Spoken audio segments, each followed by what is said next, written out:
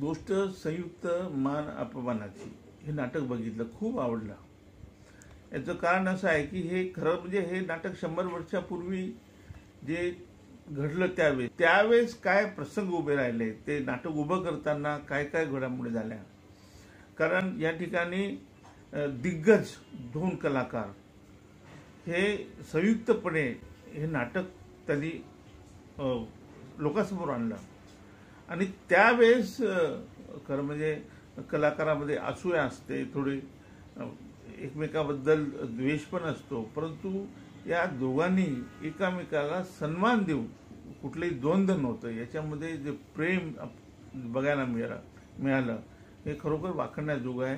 आणि त्यावेळेचं तिकिटाचं दर जर बघितलं तर 100 रुपये आणि कमीत कमी 10 रुपये. आज जर 100 रुपयाची किंमत जर आपण बघितली तर आजच्या घडीला 3 लाख रुपये होतात. परंतु तिकीट सुद्धा मिळत नव्हतं. तिकीट ब्लॅकने कसं लोक घेत होते, किती त्याच्याबद्दल त्या नाटकाबद्दल लोकांना हे होते. त्यामुळे हे भडकमकर आणि आपले ऋषिकेशजी जोशी यांचं सुद्धा रसायन आहे, एक प्रकारचे कॉम्बिनेशन आहे. हे खरोखर म्हणजे वाखाणण्याजोगं आहे. हे नाटक आपण जरूर बघावं.